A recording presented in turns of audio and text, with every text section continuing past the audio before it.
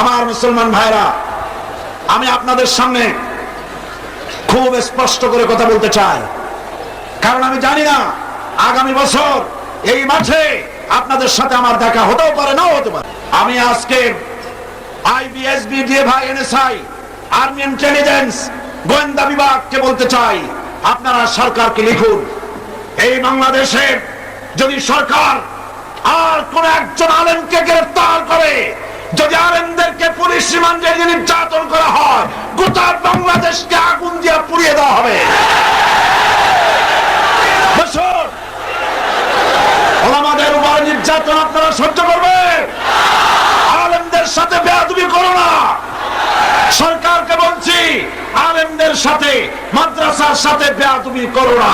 যদি বেয়াদবি করো, কোরআন শরীফ যেভাবে ডাস্টবিনে ফেলেছো, আল্লাহ তোমাকেও ডাস্টবিনে নিক্ষেপ করবে। অত্যাচার কাশ্মীরে, অত্যাচার চেচনিয়ায়, বসনিয়ায়, আফগানে, ইরিত্রিয়ায়, সোমালিয়া, আপনারা কি ভয় পেয়েছেন? মাদ্রাসায় তৈরি হয় আলেম। কারা তৈরি হয়? এই আলেমরাই হলো বড় বাধা। পার্লামেন্টে আমি হলাম তাদের গলার কাটা। মদের বিরুদ্ধে আমি যখন বলেছি, মূর্তির বিরুদ্ধে, মদের বিরুদ্ধে যখন কোরআন হাদিস দিয়ে যখন কথা বলেছি, স্পিকার আমাকে বলেছেন, আপনি তো পার্লামেন্টে ওয়াজ শুরু করেছেন। মুসলমানদেরকে যদি বাঁচতে হয়, তাহলে নতুন করে মুসলমানদের জন্য আলাদা জাতিসংঘ তৈরি করতে হবে। তাহলেই পৃথিবীর মানুষ সেই ইসলামের আইন দিয়ে পৃথিবীর মানুষ শান্তি পেতে পারে। বিশ্বব্যাপী শান্তির মূল ফর্মুলা দিয়েছেন আল্লাহ। কে দিয়েছেন? আল্লাহ রাব্বুল আলামিন শান্তির ফর্মুলা দিচ্ছেন। দুনিয়ার কাফের বেঈমানেরা হাজারো জাতিসংঘ যদি বানায়, শান্তি দিতে পারবে না। শান্তির জন্য আল্লাহ রাব্বুল আলামিন ফর্মুলা বলছেন, পদ্ধতি বলে দিচ্ছেন। তাআলাউ ইলা কালিমাতিন সাওয়াইন বাইনানা ওয়া বাইনাকুম আল্লা না'বুদা ইল্লাল্লাহ ওয়া লা নুশরিকা বিহি শাইআ। আল্লাহ পাক বলছেন, হে নবী আপনি বলেন, কুল তাআলাউ ইলা কালিমাতিন সাওয়াইন বাইনানা ওয়া বাইনাকুম। এসো হে আহলে কিতাব, হে খ্রিস্টান জগৎ, এসো তোমরা আর আমরা এমন একটা কথায় একীভূত হই, একত্রিত হই, যা তোমাদের জন্য আর আমাদের জন্য সমভাবে প্রযোজ্য। এমন একটা কথায় আমরা একত্রিত হই। সেই কথাটা কি? সেই কথা হলো আল্লাহ না'বুদা ইল্লাল্লাহ, আল্লাহ ছাড়া কারো দাসত্ব করব না। আল্লাহ ছাড়া কারো দাসত্ব করব না। আল্লাহ ছাড়া কারো গোলামি করব না।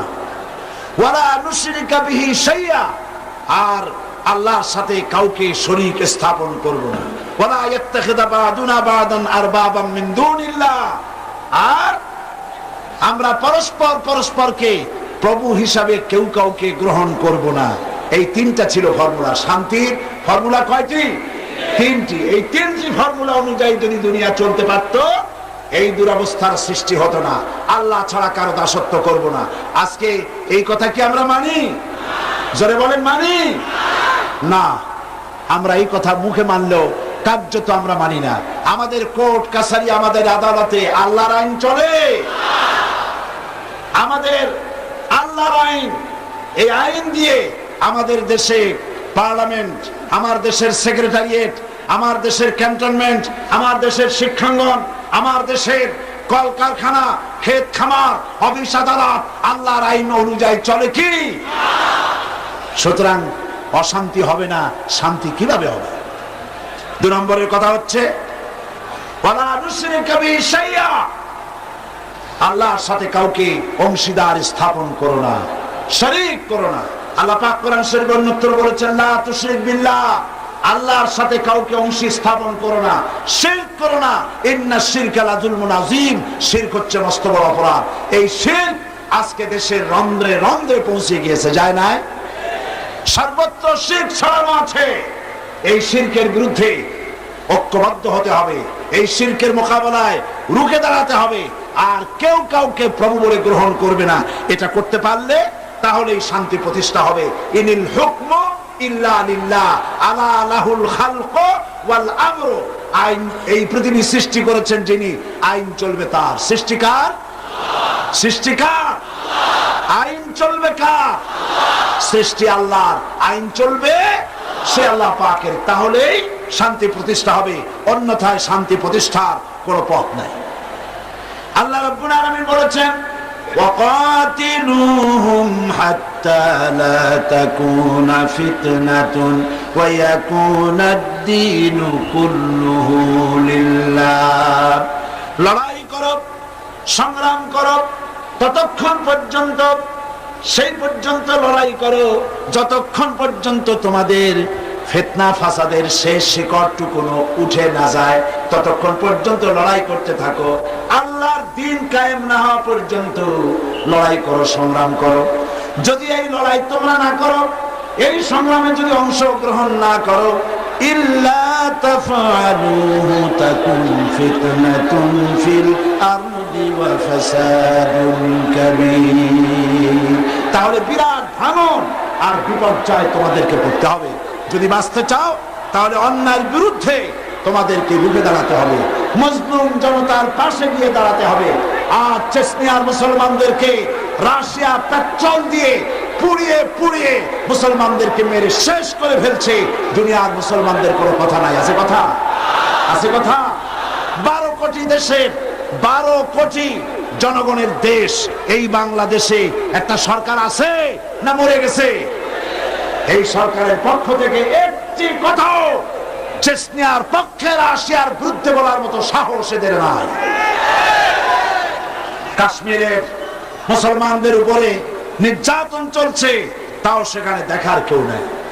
আল্লাহ পাক এর জন্য বলেছেন ওয়ামা লাকুম লা তুকাতিলুনা ফি সাবিলিল্লাহি ওয়াল মুস্তাদআফিনা মিনার রিজালি ওয়ান নিসা ওয়াল বিলদানিল্লাযীনা ইয়াকুলুনা রাব্বানা আখরিজনা মিন হাযিহিল ক্বরিয়াতিয যালিমি আহলুহা।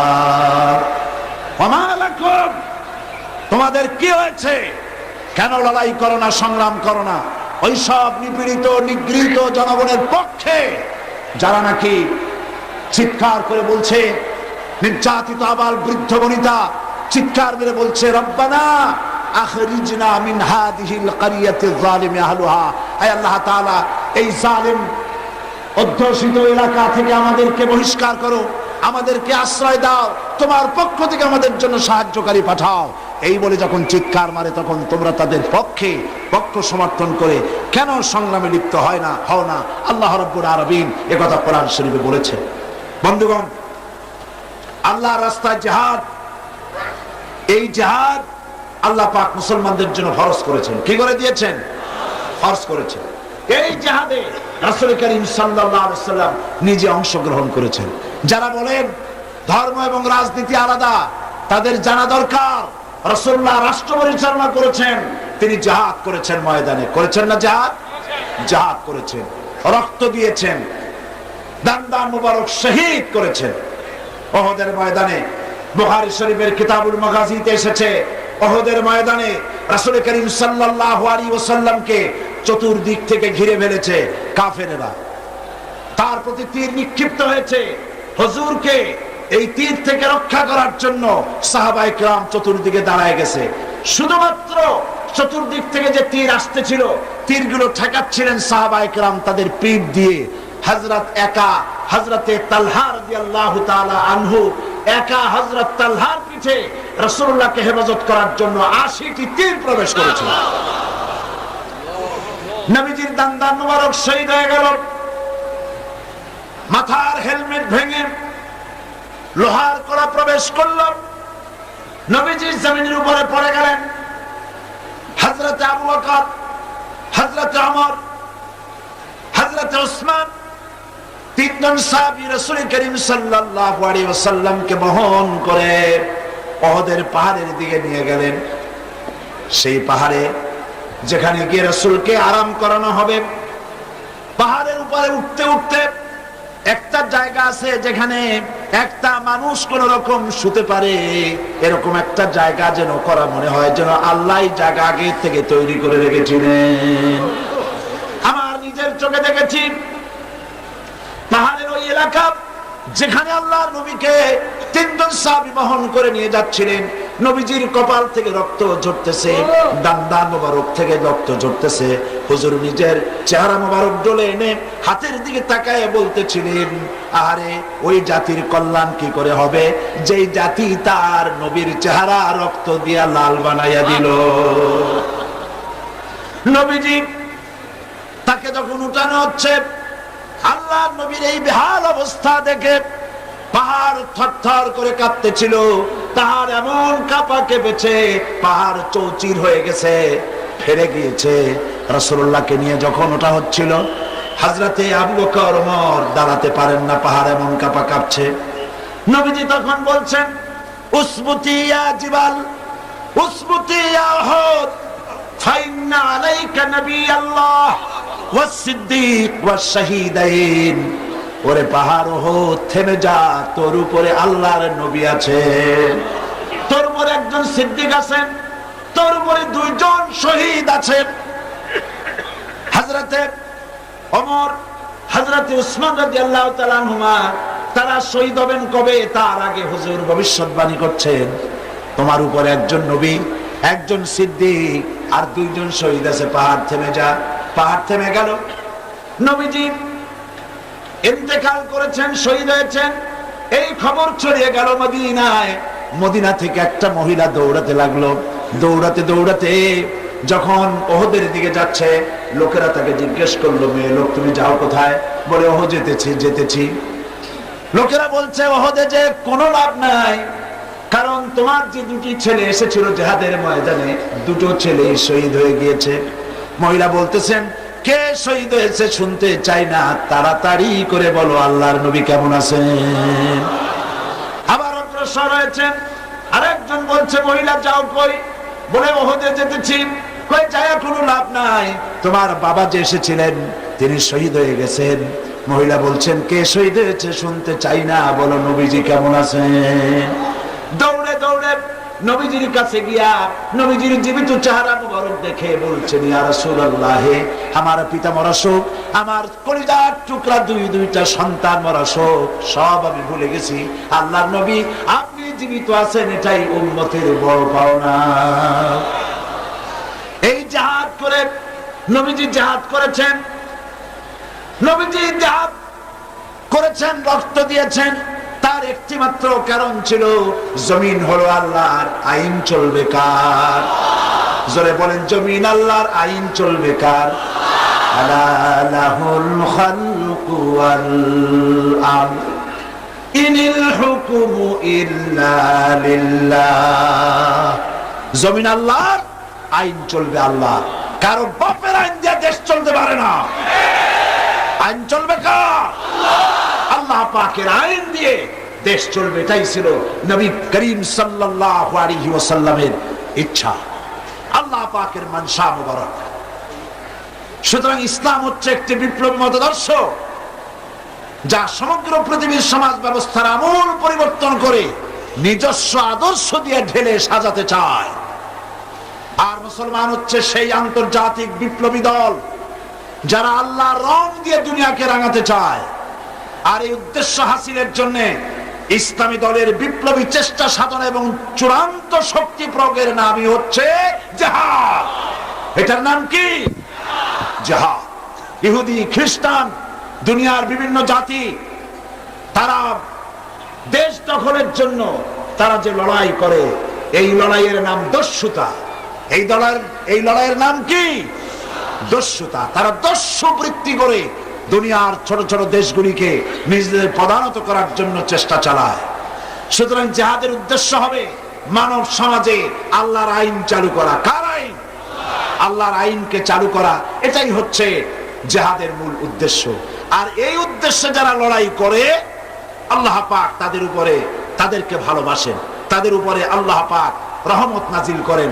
যারা জিহাদ করে আল্লাহর দ্বীন কায়েমের জন্য, আল্লাহর দ্বীন প্রতিষ্ঠার জন্য, কোরআনের আইন চালু করার জন্য যারা লড়াই করে, তাদের জন্য আল্লাহ পাক রেখেছেন বিরাট নিয়ামত, বিরাট পুরস্কার দুনিয়া এবং আখিরাতে।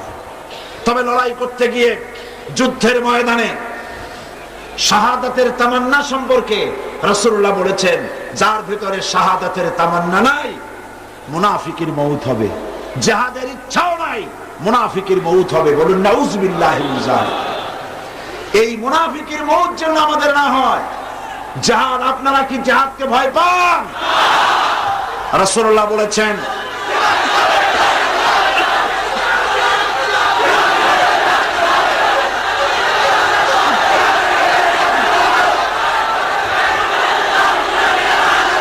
রাসূল করিম সাল্লাল্লাহু আলাইহি ওয়াসাল্লাম বলেছেন, রাসূল করিম সাল্লাল্লাহু আলাইহি ওয়াসাল্লাম বলেছেন, জিহাদের ময়দানে যে ব্যক্তি শহীদ হয়, শহীদি মউতের যন্ত্রণা তোমাদের ভেতরে কেউ কাউকে চিমটি দিলে সেই চিমটি কাটায় যে যন্ত্রণা, পিঁপড়ায় কাটায় যে যন্ত্রণা, শাহাদাতের মওতের এর থেকে বেশি যন্ত্রণা কিছুই নয়।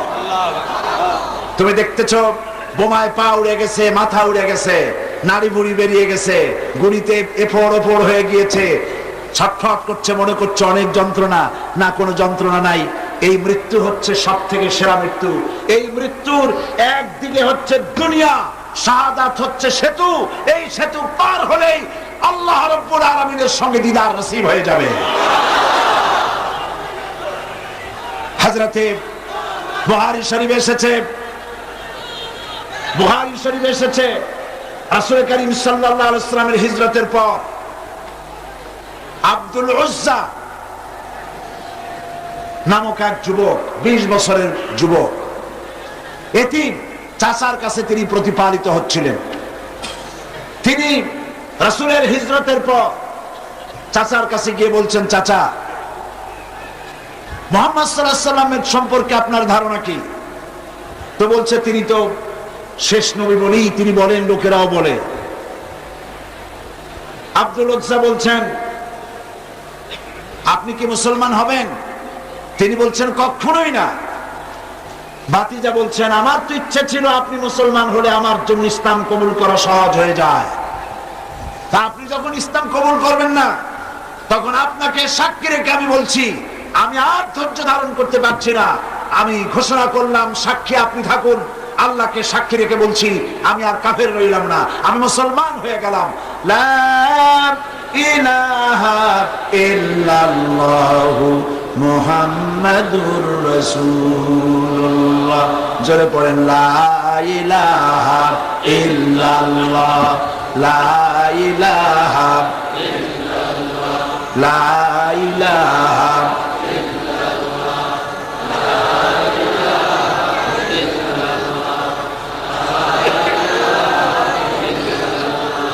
লা ইলাহা ইল্লাল্লাহু মুহাম্মাদুর রাসূলুল্লাহ। চাচা বলছে, আব্দুল উজ্জা, তুমি কি জানো এর পরিণতি কি? কয় না, জানি না। পরিণতি হচ্ছে, তুমি যখন ইসলাম কবুল করেছো, আমি তোমাকে সোনা দানা দিয়েছি, বাড়ি ঘর দিয়েছি, উট ঘোড়া দিয়েছি, সব ফিরিয়ে দাও। তিনি বললেন, কোনো অসুবিধা নাই, সব ফিরিয়ে দিলাম, নিয়ে যান। চাচা বলছে, এতেই হবে না, তোমার গায়ের জামা, তোমার পরনের লুঙ্গি আমার দেওয়া, এটাও ফেরত দাও। যুবক ছেলে গায়ের জামা এবং পরনের লুঙ্গিও খুলে দিয়ে দিবে। উলঙ্গ অবস্থায় মায়ের কাছে গিয়ে হাজির। মা নিজের যুবক ছেলেকে উলঙ্গ দেখে 2 হাত দিয়ে চোখ চেপে ধরেছেন। বলছেন, বাবা, তোমার এই করুণ দশা কেন? ছেলে বলছে, মা, ইসলাম কবুল করার কারণে আমার এই করুণ দশা হয়েছে। মা জিজ্ঞেস করছে, বাবা, তুমি আমার কাছে কি চাও? তিনি বললেন, আমি এখন বিশ্বনবী মুহাম্মদ সাল্লাল্লাহু আলাইহি ওয়াসাল্লামের কদম মোবারকের কাছে হাজির হতে চাই। আমাকে এক টুকরা কাপড় দিয়ে, মা, তুমি আমাকে সাহায্য করো। মা বলছে, আমার কাছে তো কোনো কাপড় নাই। একটা ছেঁড়া কম্বল তিনি দিয়ে দিলেন। এই কম্বলটা তিনি পরলেন, এক টুকরা গায়ে দিলেন ছিঁড়ে, আর এক টুকরা পড়লেন, তা হাঁটুর উপরে থাকলো, হাঁটু ঢাকলো না। এই অবস্থায় তিনি হেঁটে হেঁটে বহু কষ্ট করে মদিনা মুনাওয়ারায় পৌঁছে গেলেন।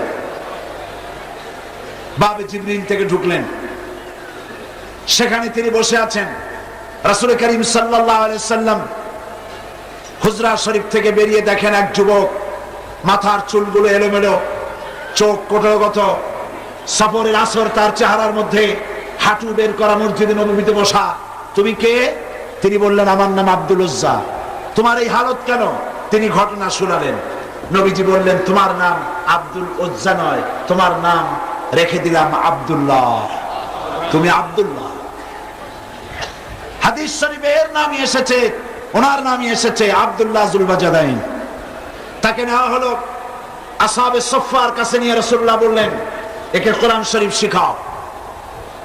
আসহাবে সুফফা হচ্ছেন সেই সব সাহাবী যাদের বাড়ি নাই, ঘর নাই, স্ত্রী পুত্র কোথায় আছে খোঁজ নাই, যারা এখানে বসে আল্লাহর দ্বীনের জন্য ঘর বাড়ি নাই, এখানে বসে থাকেন, খাবার পাইলে খান আর খাবার না পাইলে তারা বসে থাকেন।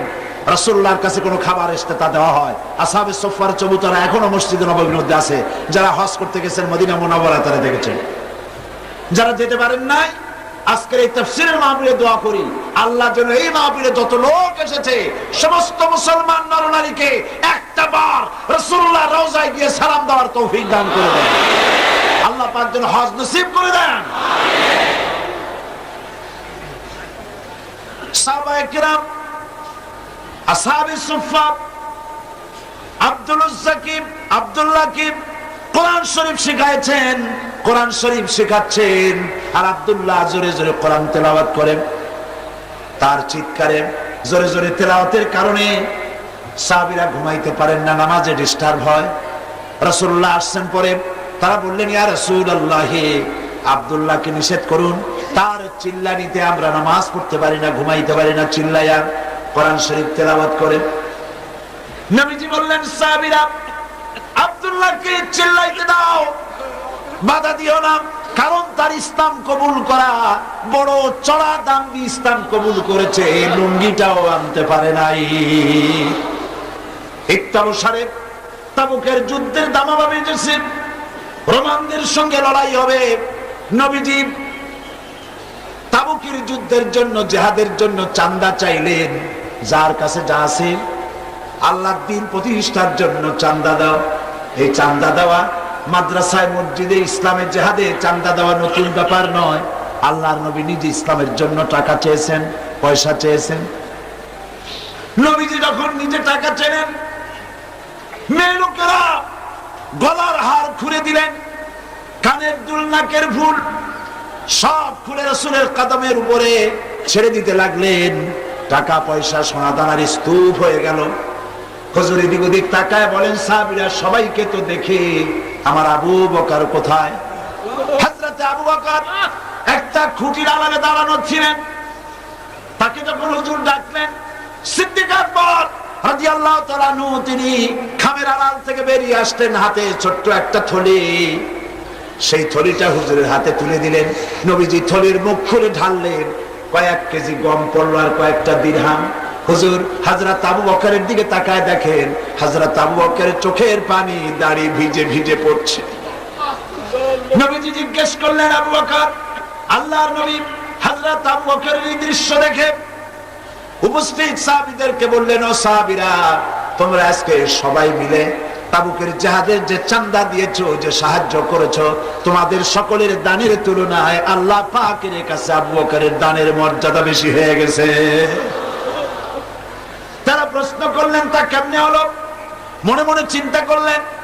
নবীজি তাদের মনের অবস্থা বুঝতে পেরে আল্লাহ পাকের নবী জিজ্ঞেস করলেন, অমুক অমুক সাহাবী, তোমরা কি দিয়েছো আর বাড়িতে কত আছে? সবাই বললেন, এত দিয়েছি, এত আছে।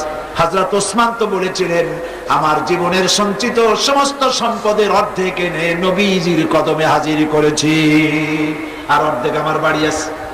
প্রত্যেকেই বলেছে, এত দিয়েছি, এত আছে। হযরত আবু বকরকে যখন নবীজি জিজ্ঞেস করলেন, আবু বকর, তুমি কত দিয়েছো আর বাড়িতে কত আছে? হযরত আবু বকর রাদিয়াল্লাহু তাআলা আনহু বলছেন, ইয়া রাসূলুল্লাহ, আল্লাহ রাব্বুল আলামিনের কসম করে বলি, আবু বকরের ঘরে জাগতিক সম্পদ বলতে যা বোঝায় সবটুকু এনে নবীজির কদম মুবারকে হাজির করে দিয়েছি আমার ঘরে। এখন আল্লাহ তার রাসূল ছাড়া কোনো জিনিস বাকি নাই। হযরতে আব্দুল্লাহ এই দানের অবস্থা দেখলেন, নিজে কিছুই দিতে পারেন নাই। যুদ্ধে রওনা করলেন নবীজি, ৩০,০০০ সৈন্য নিয়ে আল্লাহর নবী রওনা করেছেন তাবুকের দিকে। আর কাফের রোমান সৈন্যরা এসেছে ২ লাখ। তারা কয় লাখ? ২ লাখের প্রস্তুতি। আর রাসূল নিলেন 30,000। সেনাপতি কে? হ্যাঁ মুসলমান, যারা বড় ধর্ম আর রাজনীতি আলাদা, ঈমান নষ্ট হয়ে যাবে। রাসূলুল্লাহ সেনাপতি। কিছুদূর অগ্রসর হওয়ার পর হযরত আব্দুল্লাহ জুলবাজাদাইন নবীজির কাছে এসে বলছেন, ইয়া রাসূলুল্লাহ, এই তাবুকের জিহাদের জন্য আপনার সকল সাহাবী, পুরুষ মেয়ে লোক সবাই মিলে সাহায্য করলো, কিন্তু আমার ভাগ্য খারাপ, কিছুই দিতে পারলাম না, আমার তো কিছু নাই। তবে হুজুর, আমি আপনার কাছে দোয়া চাই, আপনি আমার জন্য দোয়া করেন, আজকের এই জিহাদের ময়দানে আমি যেন আমার জীবনটা দিয়ে দিতে পারি। নবীজি বললেন, আব্দুল্লাহ, একটা ডাল থেকে একটা ডাল, একটা বাকল, একটা গাছের ছাল নিয়ে আসো। আব্দুল্লাহ গাছের একটা ছাল নিয়ে আসলেন। হুজুর, বুখারী শরীফের হাদিসে এসেছে, নবীজি ওই ছালটা নিয়ে হযরত আব্দুল্লাহর হাতে বেঁধে দিয়া বললেন, আল্লাহ, আমি আব্দুল্লাহর রক্ত কাফেরদের জন্য হারাম বানাইয়া দিলাম। হযরত আব্দুল্লাহ ডুকরে কেঁদে উঠলেন, বললেন, ইয়া রাসূলুল্লাহ, আমি চাইলাম জীবন দিতে, আর আপনি আমার রক্ত কাফেরদের জন্য হারাম করে দিলেন। নবীজি বললেন, আব্দুল্লাহ, এরপরে যদি তোমার মউত বিছানার উপরে হয়, তাবুর মধ্যে জ্বরেও যদি তোমার মউত হয়, আল্লাহ রাব্বুল আলামিন শাহাদাতের দরজা তোমারে দিয়ে দিবে। নবীজি তাবুকের মাঠে এলেন। কাফের বেঈমানেরা রাসূলুল্লাহ 30,000 সৈন্য নিয়ে আসছেন, এটা শুনে 2 লাখ ময়দান থেকে ভাগে গেছে। সুবহানাল্লাহ। জিহাদের আর শর্ট যুদ্ধের সাহস আর হয়নি। রাসূলুল্লাহ 30,000 নিয়ে আসছে, 2 লাখ শেষ। হুজুর সেখানে আরাম ফরমালেন। কয়েকদিন পর নবীজির কাছে খবর এলো, ইয়া রাসূলুল্লাহ, আব্দুল্লাহ আজকে কদিন জ্বরে ভুগে তাবুর মধ্যে ইন্তেকাল করেছে। নবীজি বললেন, জানাজার ব্যবস্থা করো, গোসলের ব্যবস্থা করো, কাফনের ব্যবস্থা করো। কাফন গোসলের ব্যবস্থা হলো, জানাজার ব্যবস্থা হলো। নবীজি জানাজা পড়ালেন, আর এরপরে কবরের ভিতরে একজন নামলেন, পাশে একজন আলো ধরে দাঁড়িয়ে থাকলেন। কোন হ্যাসাক লাইট নাই, বৈদ্যুতিক লাইট নাই, কোন রকম করে একটা চেরাগ টিনটিন করে জ্বলছে। গভীর রাত, কবরের ভিতরে একজন নেমেছেন, একজন একটা আলো ধরে দাঁড়িয়ে আছেন, আর 2 জনের লাশ বহন করে আনতেছেন। কবরের ভিতরে যিনি দাঁড়ানো, তিনি বলছেন, ও আমার সাথীরা, তোমার ভাইয়ের সঙ্গে তোমাদের ভাইয়ের সাথে আদব করে আনো, যেন ব্যথা না লাগে, যেন বেয়াদবি না হয়, ধীরে সুস্থে আমার হাতে দিয়ে দাও। কবরের ভিতরে যিনি দাঁড়ানো, তিনি লাশ ধরে কবরের ভিতরে শোয়াই দিলেন। কবরে দাঁড়ায়া যিনি আব্দুল্লাহর লাশ নিজ হাতে শোয়াই দিলেন, তিনি আর কেউ নন, বিশ্বনবী মুহাম্মাদুর রাসূলুল্লাহ। আর যে 2 জনে লাশ ঘাড়ে করে টেনে এনেছিলেন, সেই 2 জন হচ্ছেন হযরত আবু বকর রাদিয়াল্লাহু তাআলা আনহু, হযরত ওমর রাদিয়াল্লাহু তাআলা আনহু। পাশে লাইট ধরে চেরাগ ধরে যিনি দাঁড়ানো, তিনি হযরত বেলাল রাদিয়াল্লাহু তাআলা আনহু। হযরত ইবনে মাসউদ রাদিয়াল্লাহু তাআলা আনহু পাশে বসে কেঁদে কেঁদে বলেন, আরে আজকে যদি এই কবরে আব্দুল্লাহর লাশটা হয়ে যদি আমার লাশটা হতো, আমার ভাগ্যটা খুলে যেত। নবীজি হযরত আব্দুল্লাহকে কবরের ভিতরে শুইয়ে দিয়ে উপরে চলে এলেন, নিজ হাতে কবরে মাটি দিয়ে বললেন, একটু সরে দাঁড়াও। হযরত আবু বকর ওমর একটু সরে দাঁড়ালেন। নবীজি এবার নিজের 2খানা হাত মোবারক কবরের 2 পাশে দিয়া বলছেন, রব্বুল আলামিন, আজকের মাগরিবের রক্ত পর্যন্ত আমি নবী মুহাম্মদ সাল্লাল্লাহু আলাইহি ওয়াসাল্লাম আব্দুল্লাহর প্রতি খুশি ছিলাম, আল্লাহ তুমিও আব্দুল্লাহর প্রতি খুশি হয়ে যাও। আল্লাহর দ্বীন জমিনে প্রতিষ্ঠার জন্য এইভাবে লড়াই করেছেন মুসলমানেরা, রক্ত দিয়েছেন, জীবন দিয়েছেন। আল্লাহ পাক বলেছেন, সংখ্যায় যদি কম হও, আমি আল্লাহ রাব্বুল আলামিন তোমাদেরকে বিজয়ী করব। ওয়ালা তাহিনু ওয়ালা তাহজানু ওয়া আনতুমুল আলাউনা ইন কুনতুম মুমিনিন। কোনো ভয় নাই, কোনো চিন্তা নাই, যদি মুমিন হও অবশ্যই আমি আল্লাহ তোমাদেরকে জয়যুক্ত করব। তোমরা যদি 10 জন হও সাবেক মুত্তাকি, 100-র উপরে বিজয়ী করব। তোমরা যদি 100 মুমিন সাহাবের 1000-এর উপরে বিজয়ী করবে, ওয়াদা কার? বলেন ওয়াদা কার? হযরত সাদ বিন আবি ওয়াক্কাস রাদিয়াল্লাহু তাআলা আনহু 60,000 সাহাবীদের নিয়ে পারস্যের মহারাজনগর অবরোধ করে টাইগ্রিস নদীর কিনারে দাঁড়িয়েছেন। রাতের আধারে, অন্ধকার রজনী, শ্রাবণের খরস্রোতা নদী, উত্তাল ঢেউ চলছে। জিজ্ঞেস করছেন, ইসলামের পতাকা এ পর্যন্ত থাকবে না নদীর ওপারেও ইসলাম নিতে চাও? সাহাবীরা বললেন, সেনাপতি আপনি যা নির্দেশ করবেন সেটাই মানব। আমরা এই দরিয়ার ওপারেও ইসলামকে নিয়ে যেতে চাই।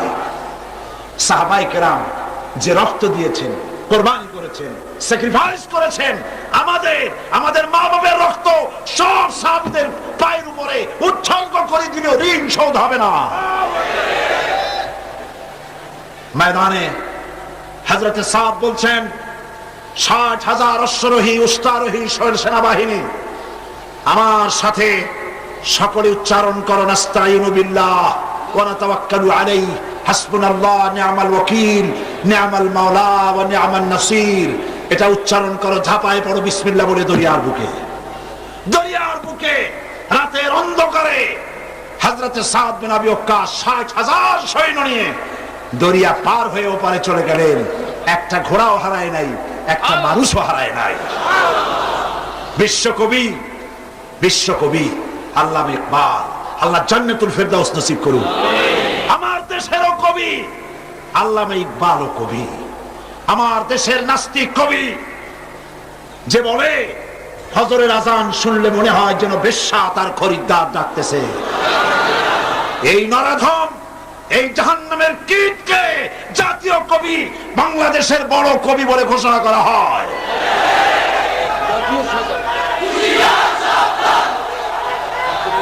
আল্লামা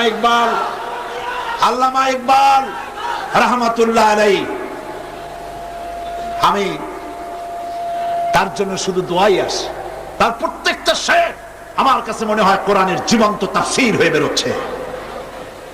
দাড়ি নাই, মুসলমান একটা ব্যক্তি, প্যান্ট শার্ট পরা, কোরআনে কারীমের এত বড় খিদমত এবং ইসলামকে আন্দোলন হিসাবে কিভাবে চিত্রিত করলেন, কিভাবে ফুটে উঠল তার কবিতা, আমি অবাক হয়েছি।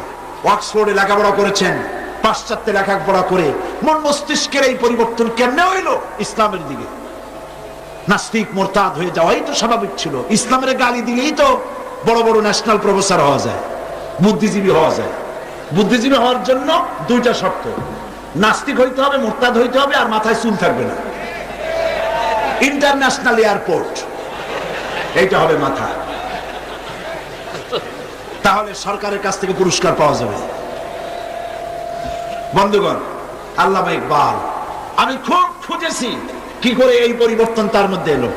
দেখলাম তার এক কিতাবের মধ্যে তিনি লিখেছেন, খিরা না কর শিকাম মাগরিবি কি দাওয়া দানিশ, খিরা না কর শিকাম মাগরিবি কি দাওয়া দানিশ, সুরমা থা আকা মেরা খাকে মদিনা। পাশ্চাত্যের চাকচিক্য আমার চক্ষুকে প্রতারিত করতে পারে নাই, কারণ মদিনার ধুলা বালি গুলো আমার চোখে সুরমা হয়ে লাগানো ছিল। আল্লামা ইকবাল সাদ বিন আবি ওয়াক্কাসের ঘটনাকে কি সুন্দর করে বর্ণনা করছেন শেরের মধ্যে। দস্ত দস্ত है दरिया भी न छोड़े हमने, दस्तो दस्त है दरिया भी न छोड़े हमने, बहर जुल्मत पे दौड़ा दिए घोड़े हमने। প্রান্তর প্রান্ত শ্রাবণের খরচ্ছাত্রতা উত্তাল তরঙ্গমালার উপর দিয়ে রাতের আড়ালে 60,000 সৈন্য নিয়ে আমরা মুসলমানেরা আফ্রিকার ভূখণ্ডে কালেমার পতাকা উড়াইছি। সেই মুসলমান আজ পৃথিবীতে 130 কোটি মুসলমানের সংখ্যায় দিক থেকে এত বিপুল সংখ্যা হয়েছে, ইজ্জত নাই, সম্মান নাই। তারা আজকে ইজ্জত, সম্মান, ঈমান সব হারাচ্ছে। হযরত সাদ যখন চলে গিয়েছেন আফ্রিকার ভূখণ্ডে, তাকে সেই জায়গার শাসকরা জঙ্গলের কাছে জায়গা করেছে, এখানে থাকেন। তাদের ধারণা ছিল জঙ্গলের হিংস্র প্রাণী, এরা এদেরকে মেরে শেষ করে ফেলবে, খেয়ে ফেলবে। তিনি বললেন, সাথীদের বললেন একটা মঞ্চ বানাও। একটি মঞ্চ তৈরি হলো। তিনি মঞ্চের উপরে দাঁড়িয়ে বললেন, ইয়া আইয়াতুহাল হাসারাত ওয়াসসিবাউ নাহনু আসহাবু রাসূলুল্লাহ সাল্লাল্লাহু আলাইহি ওয়াসাল্লাম ফারজিউ ফাইন্না নাজিলুন ফামান ওয়াজাদনা বাদাহু কাতালনাহু। হে জঙ্গলের হিংস্র প্রাণীরা, শুনতেছেন কথা? কমান্ডার বলছেন, কমান্ডার ইন চিফ রাসূলুল্লাহর সাহাবী বলছেন, হে জঙ্গলের প্রাণীরা শোনো, আমরা রাসূলুল্লাহর সাহাবী, ইসলাম প্রচার করার জন্য এখানে এসেছি। এখানে আমরা রাত্রি যাপন করব। সুতরাং আমাদের নিরাপত্তার কারণে এই এলাকা থেকে তোমরা সব অন্যত্র চলে যাও। আমার এই ঘোষণার পর যদি কোনো হিংস্র প্রাণী আমাদের সামনে পড়ে, তরবারি দিয়া ফয়সালা করা হবে। আফ্রিকার লোকেরা মনে করলো পাগলেরা কয় কি, মানুষের কথা কি জঙ্গলের প্রাণীরা শোনে? ইতিহাস সাক্ষী, হযরতে সাদের এই ঘোষণার পরে স্থানীয় লোকেরা তাকিয়ে দেখলো, বাঘের লাইনে বাঘ, সাপের লাইনে সাপ, সিংহের লাইনে সিংহ, যার যার আন্ডা বাচ্চা কাঁধে করে মুখে করে সব এই এলাকা ছেড়ে অন্যত্র চলে গেল। আল্লাহর দ্বীন কায়েমের জন্য যদি মানুষ, মুসলমানেরা যদি অগ্রসর হয়, আজও আল্লাহ পাক সাহায্য করতে পারেন। কবি বলছেন, ফেজায়ে বদরে পয়দা কুন ফেরেশতে তেরি নুসরত কো উতার সকতে গর্দুঁ সে কতর অন্দর কতর আবি। বদরের প্রান্তরে মুসলমানদের জীবন ছিল, মুসলমানেরা জীবন আর মনোবল নিয়ে দ্বীনের জন্য স্যাক্রিফাইস করেছেন। ওই ঈমানের মনোবল যদি তোমাদের মধ্যেও হয়, আজ আকাশ থেকে কাতারে কাতারে ফেরেশতা তোমাদের সাহায্যের জন্য আল্লাহ অবতীর্ণ করে দিতে পারেন। সুতরাং এই জিহাদ ইসলামের জন্য জিহাদ, আল্লাহর দ্বীনকে জমিনে প্রতিষ্ঠা করার জন্য জিহাদ। আপনাদের সামনে আওলাদ রাসূল বলেছেন, কেউ কেউ বলছেন জিহাদের আর এখন আর কোনো প্রয়োজন নাই। জিহাদের প্রয়োজন এখন নাই তো কখন হবে? এখনই তো সময়।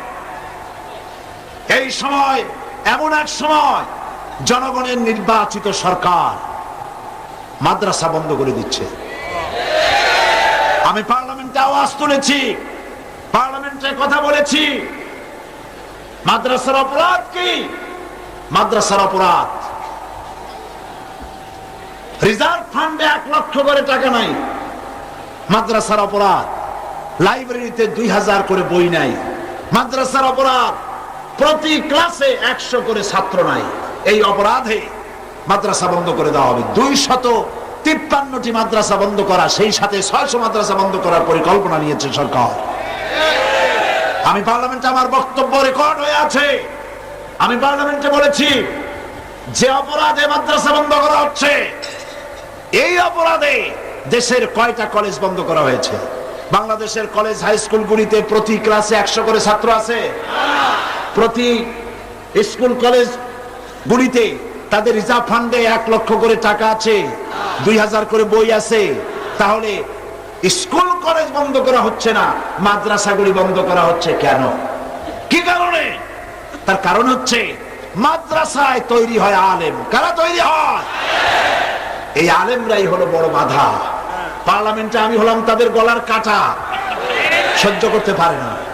মদের বিরুদ্ধে আমি যখন বলেছি, মূর্তির বিরুদ্ধে, মদের বিরুদ্ধে যখন কোরআন হাদিস দিয়ে যখন কথা বলেছি, স্পিকার আমাকে বলেছেন, আপনি তো পার্লামেন্টে ওয়াজ শুরু করেছেন। আমি বলেছি, ওয়াজ তো এখানেই করতে হবে, কারণ আপনারা তো ওয়াজ শুনতে যান না। মুসলমানদের উপর অত্যাচার চলছে, ঠিক কিনা গণ? বাংলাদেশেও আলেম ওলামা সবচাইতে নির্যাতন কাদের উপরে? আলেম ওলামাদের উপরে, পীর সাহেবদের উপরে। থামো, বসো।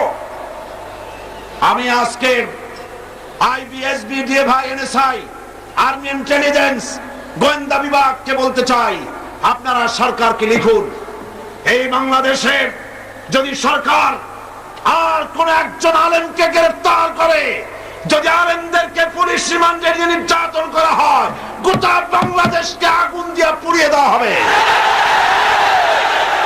বসো। নির্যাতন আপনারা সহ্য করবেন? আলেমদের সাথে বেয়াদবি করো না। সরকারকে বলছি, আলেমদের সাথে মাদ্রাসার সাথে বেয়াদবি করো না। যদি বেয়াদবি করো, কোরআন শরীফ যেভাবে ডাস্টবিনে ফেলেছো, আল্লাহ তোমাকেও ডাস্টবিনে নিক্ষেপ করবে। ও মুসলমানেরা শোনো, অত্যাচার কাশ্মীরে, অত্যাচার চেচনিয়ায়, বসনিয়ায়, আফগানে, ইরিত্রিয়ায়, সোমালিয়ায়, সারা পৃথিবী জুড়ে মুসলমানদের উপর অত্যাচার চলছে। তোমরা কি ভয় পাইছো? আপনারা কি ভয় পেয়েছেন?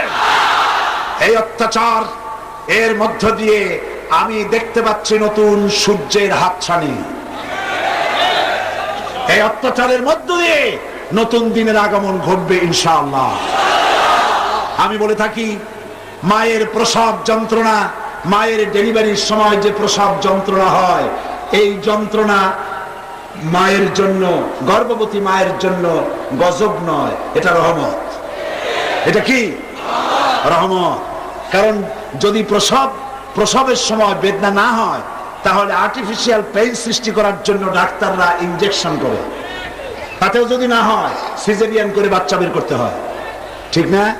তাহলে বেদনা হওয়াটা কি? আল্লাহর রহমত। এই বেদনা যখন হয়, গর্ভবতী মা কাঁদে, তার স্বামী কাঁদে, শ্বশুর কাঁদে, মা বাবা কাঁদে। কাঁদলেও এই কান্দা কোনো দুঃখের কান্দা না, কষ্ট হচ্ছে সেজন্য কান্দে, কিন্তু কান্দা কোনো দুঃখের কান্দা না। মনের মধ্যে একটা আনন্দ থাকে, আমার বৌমার, আমার স্ত্রীর, আমার বোনের, আমার মেয়ের যে কষ্ট হচ্ছে, এই কষ্টের মধ্য দিয়ে একটি এক ফালি চাঁদের হাসি আমরা উপহার পাবো, একটা বাচ্চা উপহার পাবো। সুতরাং আজ পৃথিবীর কুফরি শক্তির অত্যাচারে পৃথিবীর প্রসব যন্ত্রণা শুরু হয়েছে। পৃথিবীর এই প্রসব যন্ত্রণার মধ্য দিয়ে আগামী 31শে ডিসেম্বর রাত 12টা 1 মিনিটের পর যে নতুন দিনের উদয় হবে, 1 জানুয়ারি সকাল বেলায় যে সূর্য দিতে হবে, সেই সূর্য ধর্ম নিরপেক্ষতাবাদের জন্য নয়, সেটা সমাজতন্ত্রের জন্য নয়, জাতীয়তাবাদের জন্য নয়, নাস্তিকের জন্য নয়, মুরতাদের জন্য নয়, সেই সূর্যোদয় হবে আল্লাহর কোরআন শরীফের জন্য।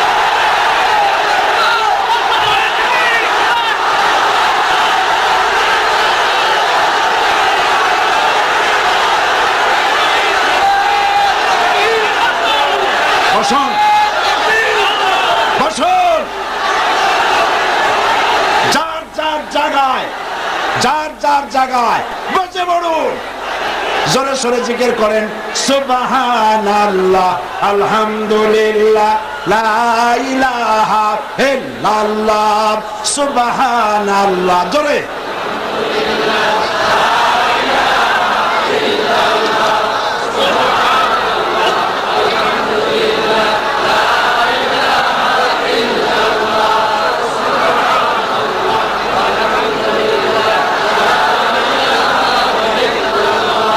সুবহানাল্লাহ, আলহামদুলিল্লাহ, লা ইলাহা ইল্লাল্লাহ, সুবহানাল্লাহ, আলহামদুলিল্লাহ,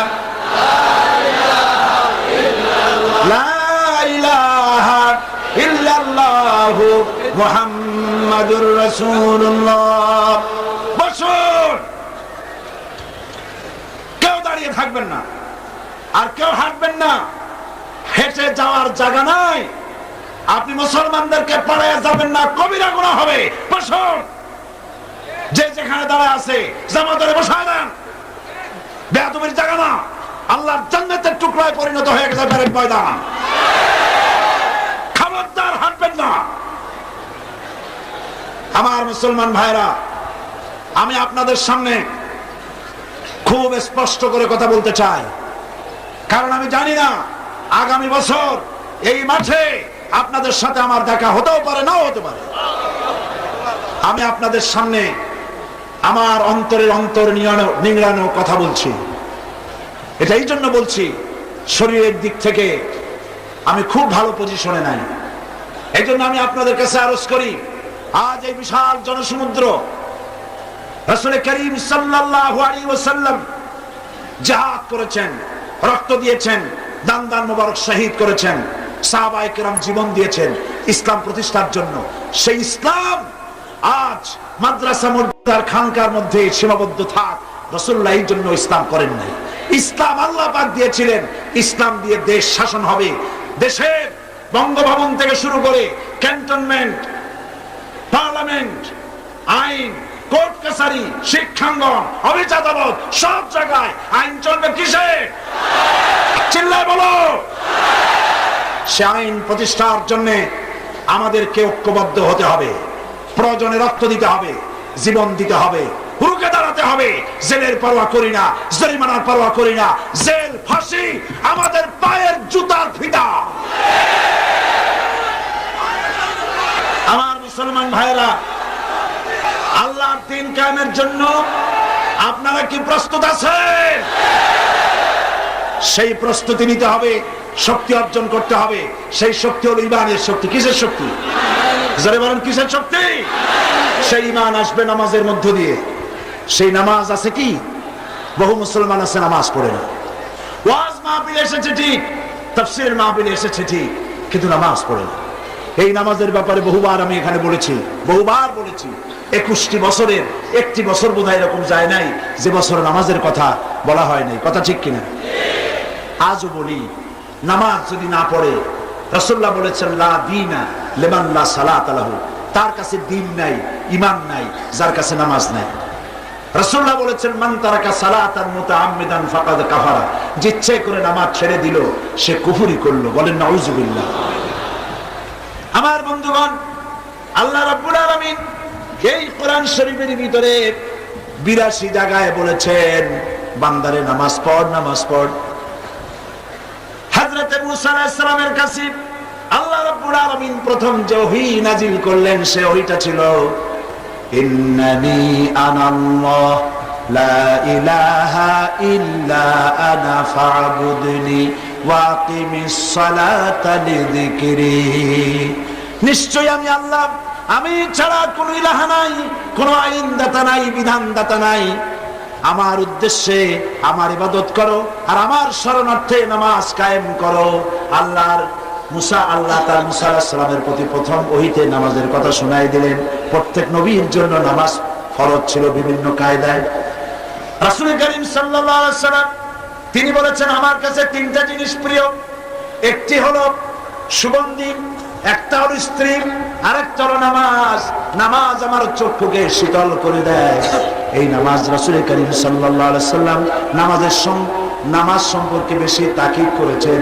হুজুর বলেছেন কিয়ামতের দিন আল্লাহ রাব্বুল আলামিন সর্বপ্রথম প্রশ্ন করবেন, বান্দা নামাজ পড়েছো কিনা?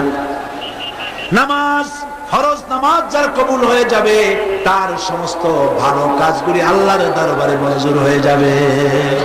নামাজ যার কবুল হবে না, তার কোনোটাই কবুল হবে না।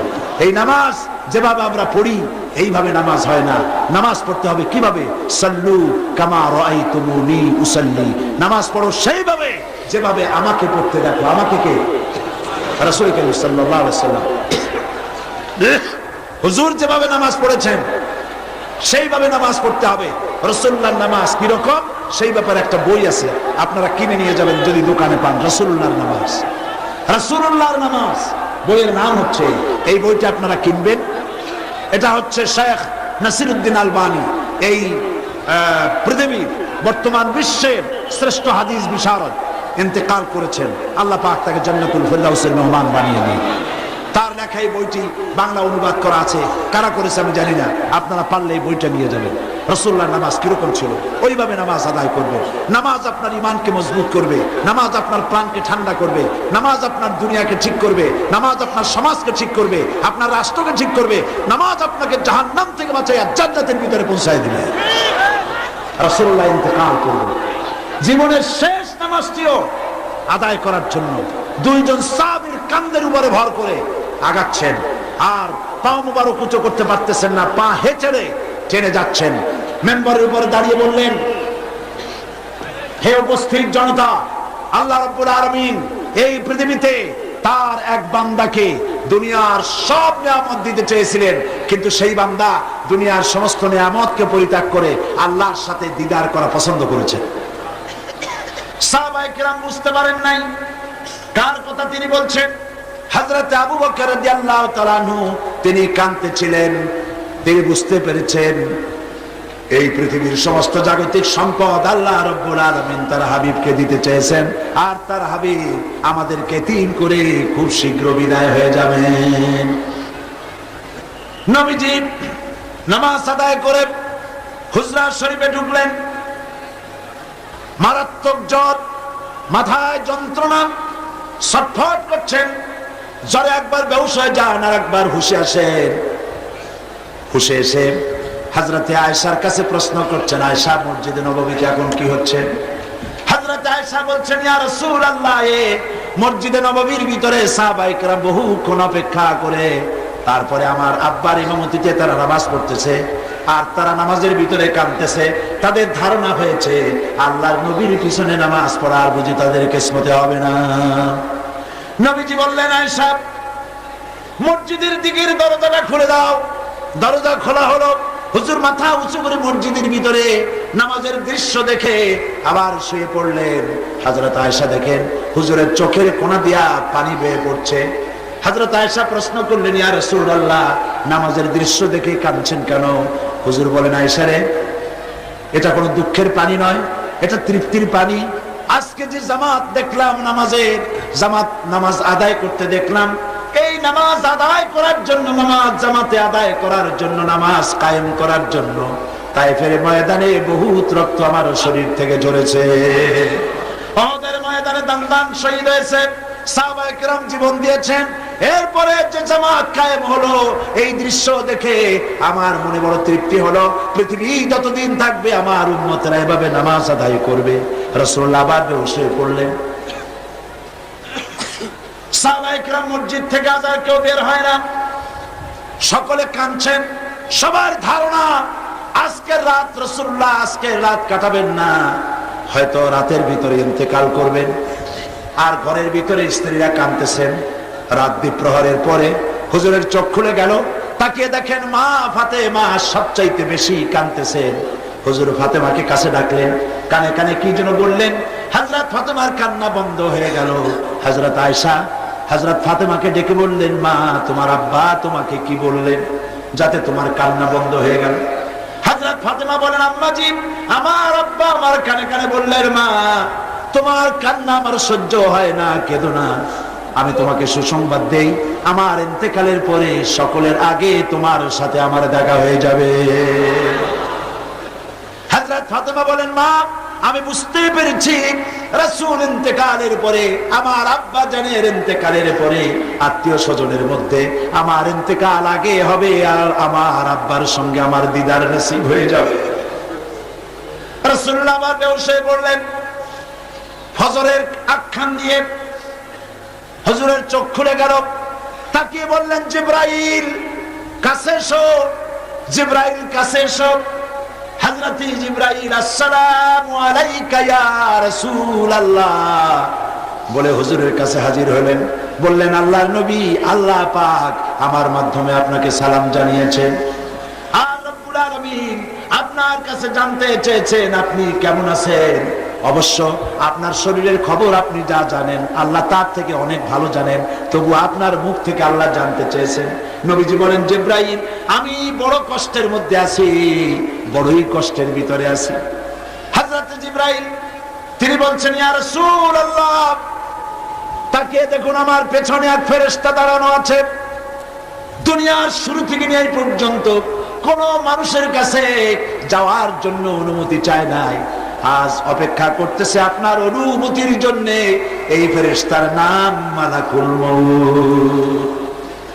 রাসূলুল্লাহ হযরত মালাকুল মউতকে কাছে ডাকলেন। মালাকুল মউত এসে বলছেন, ইয়া রাসূলুল্লাহ এই পৃথিবীতে কোন মানুষের কাছে কোনদিন আমি পারমিশন চাই নাই, আল্লাহ পাক আজকে আমাকে বলেছেন আপনার জান কবজের জন্য আমি যেন আপনার পারমিশন চাই, আপনি পারমিশন দিলে আপনার জান কবজ করব। রাসূলুল্লাহ বলছেন, আমি যদি তোমাকে ফিরে যেতে বলি তাহলে কি হবে? তিনি বললেন, আপনি যদি আমাকে ফিরে যেতে বলেন আল্লাহ রাব্বুল আলামিন আমাকে সেভাবেই নির্দেশ দিয়েছেন। হযরত জিবরাইল বলেন, ইয়া রাসূলুল্লাহ অথচ আল্লাহ রাব্বুল আলামিন আপনার দিদারের ইন্তজার করতেছে। নবীজি বললেন, আজরাইল, মালাকুল মউত, তুমি তোমার দায়িত্ব পালন করো। মালাকুল মউত তার দায়িত্ব পালন করার জন্য এগিয়ে এসেছেন। নবীজি তখন জিজ্ঞেস করছেন, আয়েশা কথা শোনো, ওই যে সোনা ছিল, সোনার খবর কি? হযরত আয়েশা বলছেন, হুজুর কোন সোনা? হুজুর বললেন, ওই যে 6টা টুকরা, ছোট্ট ছোট্ট সোনার টুকরা ছিল, সেগুলি কি করেছো? হযরত আয়েশা বলছেন, হুজুর সেগুলি আমি খুব গোছায়া যত্ন করে রেখেছি। হুজুর বলছেন, যত্ন করার কোনো প্রয়োজন নাই, এক্ষুনি সোনার ছোট্ট টুকরাগুলি আল্লাহর হস্তে খয়রাত করে দাও। আল্লাহর নবী মুহাম্মদ আল্লাহর কাছে এমত অবস্থায় উঠতে চায় না যে তার ঘরে জাগতিক কোনো সম্পদ আছে। রাসূল করিম সাল্লাল্লাহু আলাইহি ওয়াসাল্লামের জান কবজ শুরু হয়ে গেল। এই সময় আল্লাহর নবী বলতে থাকলেন, আসসালাত আসসালাত ওয়া মা মালাকাত আইমানুকুম, নামাজ নামাজ। ও আমার উম্মতেরা, খবরদার নামাজ ছেড়ে দিও না। তোমাদের অধীনস্থ ব্যক্তি সম্পর্কে খবর নিও, আর খবরদার নামাজ ছেড়ে দিও না। আমার বন্ধুগণ, এই বিশাল জনসমুদ্রকে আহ্বান জানাই যে নবী ইন্তেকালের সময়ও নামাজের কথা স্মরণ করলেন। যিনি জামাইয়ের কথা মনে করেন নাই, মেয়ের কথা মনে করেন নাই, নাতির কথা মনে করেন নাই, নামাজের কথা ইন্তেকালের সময়ও বলে গেলেন, আসসালাত আসসালাত, নামাজ নামাজ। সেই নামাজ মুসলমানেরা কেমনে ছেড়ে দাও? সপ্তাহে একবার জুমার নামাজ পড়ে, অথবা বছরে 2 ঈদের নামাজ পড়ে, জামাতে নামাজ পড়তে যায় না। কি কপাল পোড়া! মসজিদে আজান দেয়, হাইয়া আলাস সালাত, এসো নামাজের দিকে। আপনি প্রশ্ন করবেন, নামাজের দিকে আসলে কি হবে? মুয়াজ্জিন তখন বলে, হাইয়া